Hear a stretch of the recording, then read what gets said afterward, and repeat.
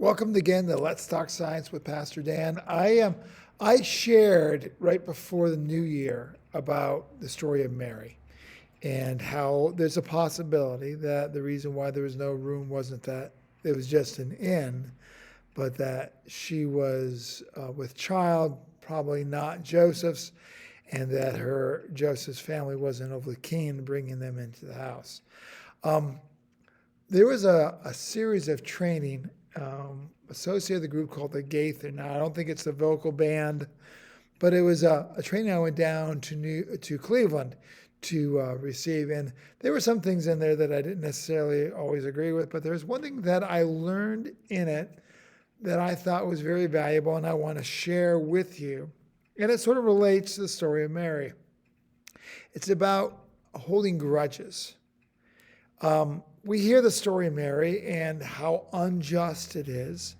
And it is really easy for us to come to a position where we begin to judge and become angry with Joseph's family. How dare they? How dare they? I mean, this is the mother of God. Don't they know? In a lot of ways, that's what Joseph's family they were doing. They were taking offense for Joseph against Mary.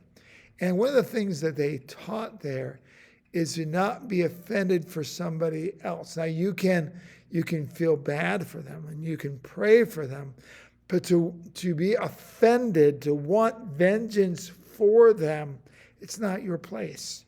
Vengeance is mine, saith the Lord. And to love that situation.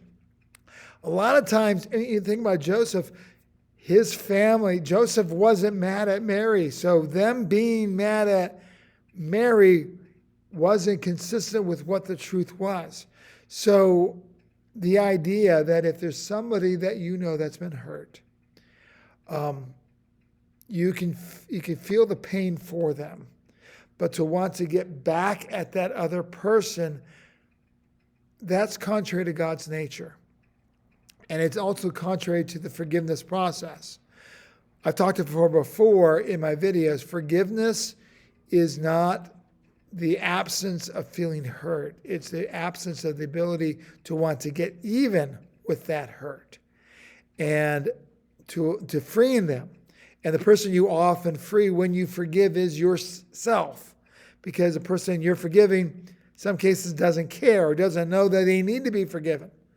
So I'm going to encourage you not to look at trying to get even for somebody else, but to trust the Lord that He can take care of that situation.